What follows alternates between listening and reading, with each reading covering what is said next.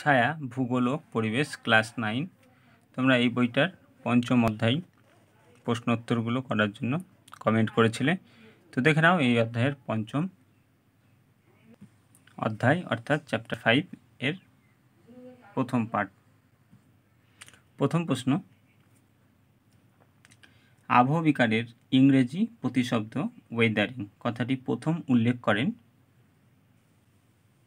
জি.কে. Gilbert. 65 পেজে আছে, দেখবে। Option A G K. Gilbert. Next প্রশ্ন, যান্ত্রিক আবহবিকার সর্বাধিক লক্ষ্য করা যায় কোন অঞ্চলে? দেখে নেব এটার উত্তর কী হবে। মূলত শুষ্ক জলবায়ু অঞ্চলে যান্ত্রিক আবহবিকার প্রাধান্য দেখা যায়। তো শুষ্ক জলবায়ু অঞ্চল মানে হচ্ছে উষ্ণ মরু জলবায়ু বা রাজস্থানের মতো শুষ্ক অঞ্চল, অর্থাৎ উষ্ণ মরু জলবায়ু হবে অ্যান্সার। এটা হবে অপশন বি। নেক্সট প্রশ্ন, রাসায়নিক আবহবিকার সর্বাধিক লক্ষ্য করা যায় উত্তর, রাসায়নিক আবহবিকার উষ্ণ আর্দ্র জলবায়ুতে অধিক সংঘটিত হয়ে থাকে। এটা হবে ক্রান্তীয় বৃষ্টি অরণ্য অঞ্চল। নেক্সট প্রশ্ন,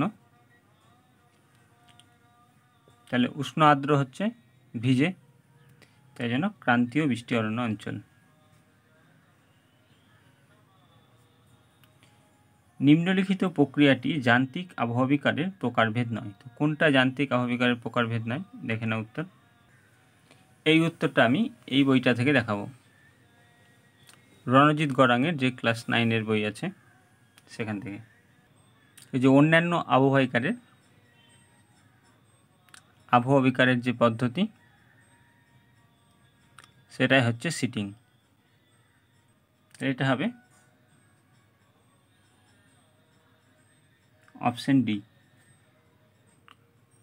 নেক্সট প্রশ্ন, জল জমে বরফে পরিণত হলে আয়তনে বাড়ে। তো এটা সবাই জানে, এটা হবে 10% বৃদ্ধি পায়। নেক্সট প্রশ্ন, 6 নম্বর, স্বল্পমোচন আবহবিকার বেশি দেখা যায়। স্বল্পমোচন দেখা যায় গ্রানাইট শিলার উপর।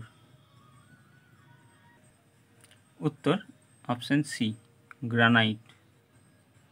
নেক্সট, ওলাগা পর্বতের যান্ত্রিক আবহবিকার এক প্রকার। এটা হবে বোল্ডার ক্লিভিং।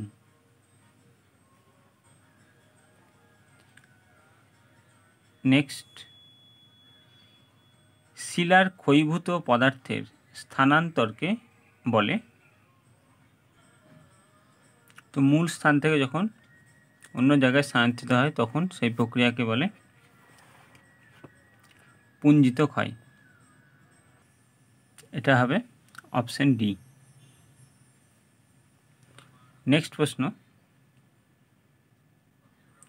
যান্ত্রিক আবহবিকারে শিলায় খনিজের পরিবর্তন। যান্ত্রিক আবহবিকার ভৌত। এটা হবে অপশন এ। নেক্সট প্রশ্ন, পুঞ্জিত ক্ষয়ের ক্ষেত্রে প্রধান শক্তি হল।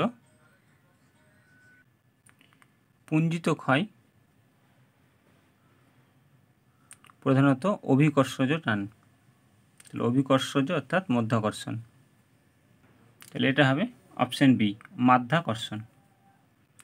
নেক্সট প্রশ্ন, অক্সিজেনের প্রভাবে সংঘটিত রাসায়নিক আবহবিকারকে বলে।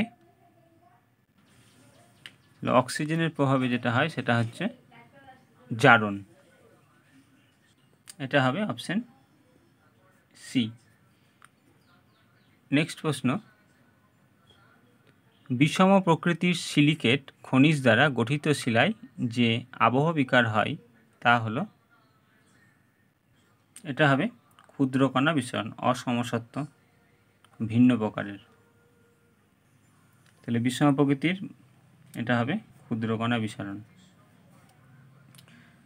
নেক্সট, মহাদেব পর্বতের বেলে পাথরের ভাঙনের জন্য দায়ী আবহ বিকারটি হলো,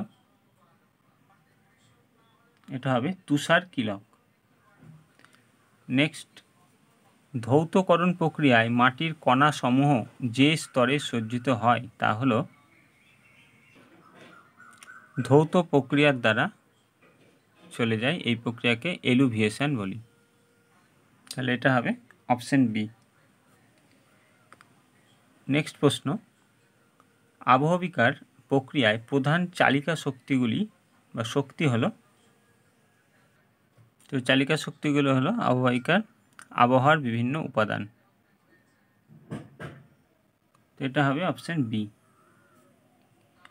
নেক্সট প্রশ্ন, শব্দ সহযোগে সংঘটিত হওয়া আবহবিকারের প্রক্রিয়াটি হলো,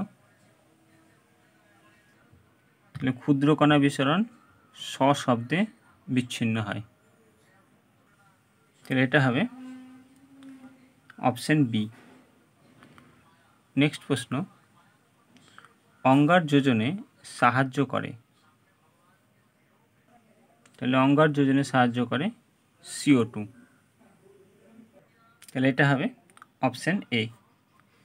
নেক্সট প্রশ্ন, তুষার আবহবিকারের ফলে সৃষ্টি হয়, তুষার আবহবিকারে নুড়ি ক্ষেত্র। এটা হবে অপশন এ।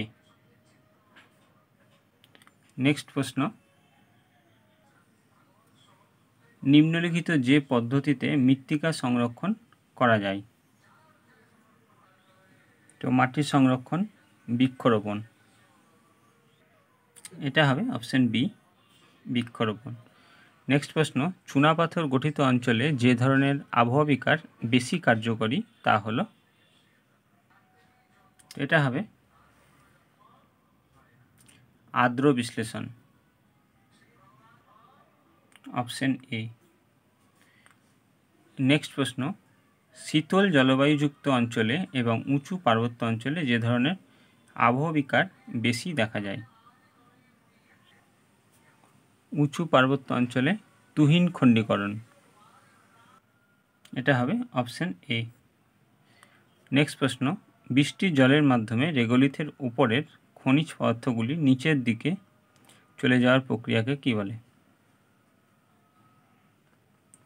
এলুভিয়েশন বৃষ্টির জলের মাধ্যমে রেগোলিথের উপরের খনিজ পদার্থগুলি নিচের